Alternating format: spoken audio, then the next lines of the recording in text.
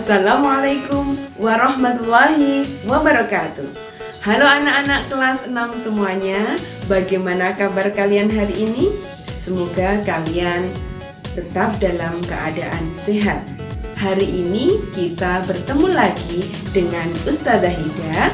Hari ini kita akan belajar tentang tema 4, subtema 2 dan 3 pada muatan bahasa Indonesia dan muatan IPA. Pada subtema 1 untuk mata pelajaran IPA, kalian sudah belajar tentang proses pendistribusian listrik, mulai dari pembangkit listrik sampai listrik itu bisa digunakan di rumah. Untuk pertemuan hari ini, subtema 2 dan 3, kita akan belajar cara menghemat energi listrik dan menggunakan energi alternatif yang ada di sekitar kita. Bagaimana anak-anak? Kalian sudah siap ya untuk memulai pelajaran hari ini? Jangan lupa disiapkan alat tulis kalian. Kemudian, supaya pembelajaran hari ini bermanfaat dan barokah, yuk kita mulai pelajaran hari ini dengan bacaan basmalah. Bismillahirrahmanirrahim. Globalisasi dan manfaatnya. Tematik tema 4, subtema 2 dan 3 pada muatan bahasa Indonesia dan IPA. Adapun kompetensi dasar yang harus dicapai pada pertemuan kali ini adalah 3.2 bahasa Indonesia menggali isi teks penjelasan atau eksplanasi ilmiah yang dibaca dan didengar. 3.6 mapel IPA menjelaskan cara menghasilkan, menyalurkan, dan menghemat energi dan usulan sumber alternatif energi listrik. 4.2 bahasa Indonesia menyajikan hasil penggalian informasi dari teks penjelasan eksplanasi ilmiah secara lisan, tulis, dan visual menggunakan kosakata, baku, dan kalimat efektif. 4.6 muatan IPA menyajikan karya tentang berbagai cara melakukan penghematan energi dan usulan sumber energi alternatif energi listrik. Tujuan pembelajarannya, setelah kalian belajar nanti bahasa Indonesia, kalian diharapkan setelah menyimak video pembelajaran, peserta didik dapat menyajikan hasil penggalian teks eksplanasi yang dibaca dan didengar dengan benar.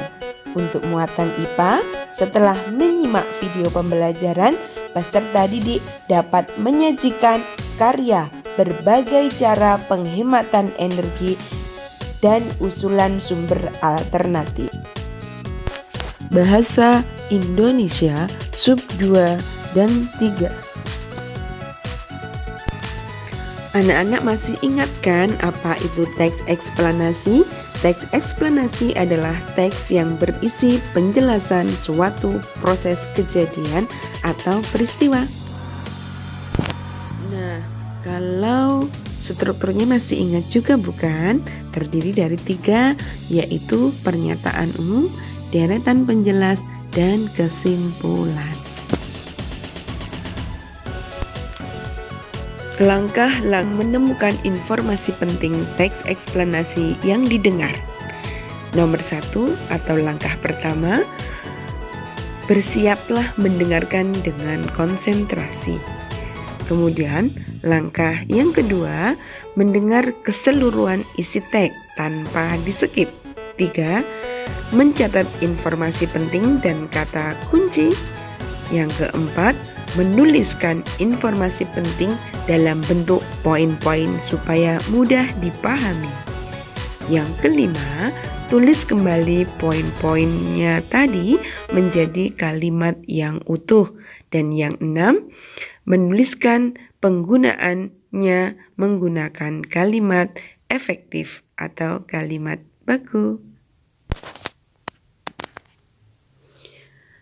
Sedangkan langkah-langkah menemukan informasi penting dari teks yang dibaca. Yang pertama, membaca dengan cara intensif. 2. Membaca keseluruhan teks, tidak hanya sebagian saja. 3. Menjawab pertanyaan sesuai teks menggunakan 5W1H.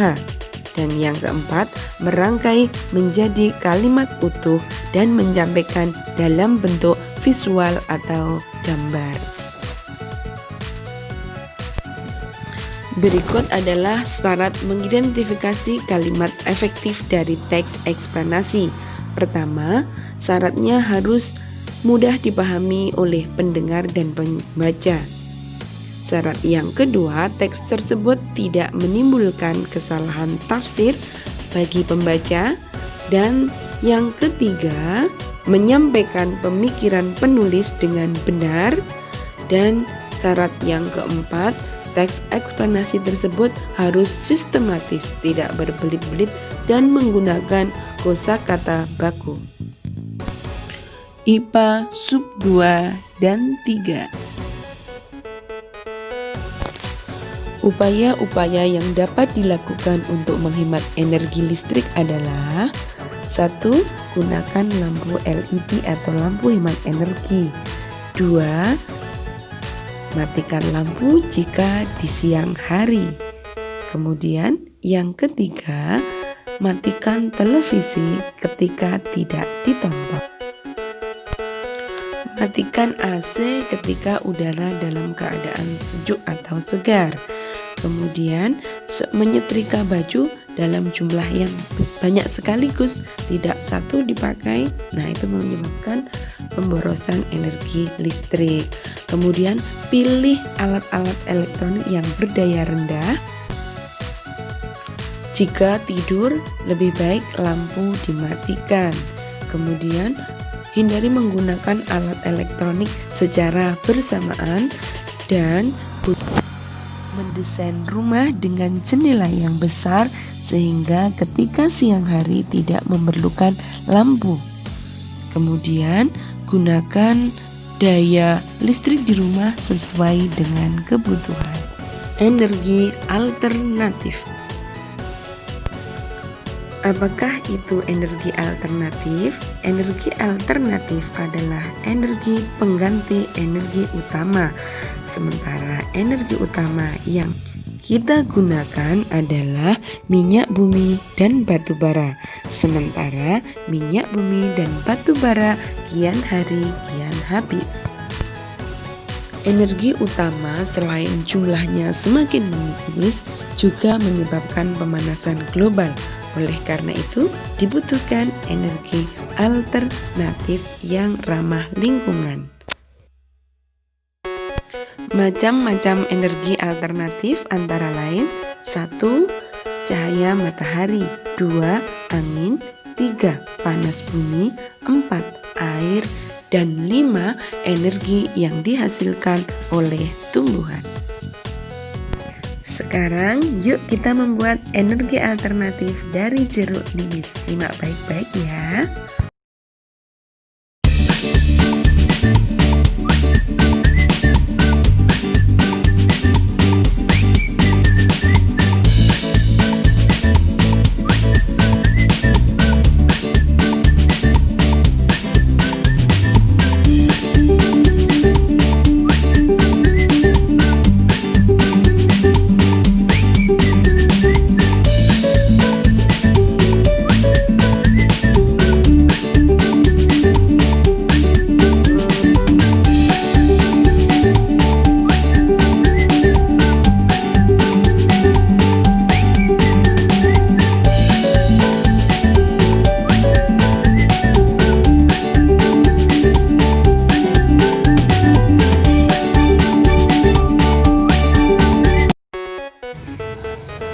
Nah anak-anak, demikian pembelajaran kita hari ini.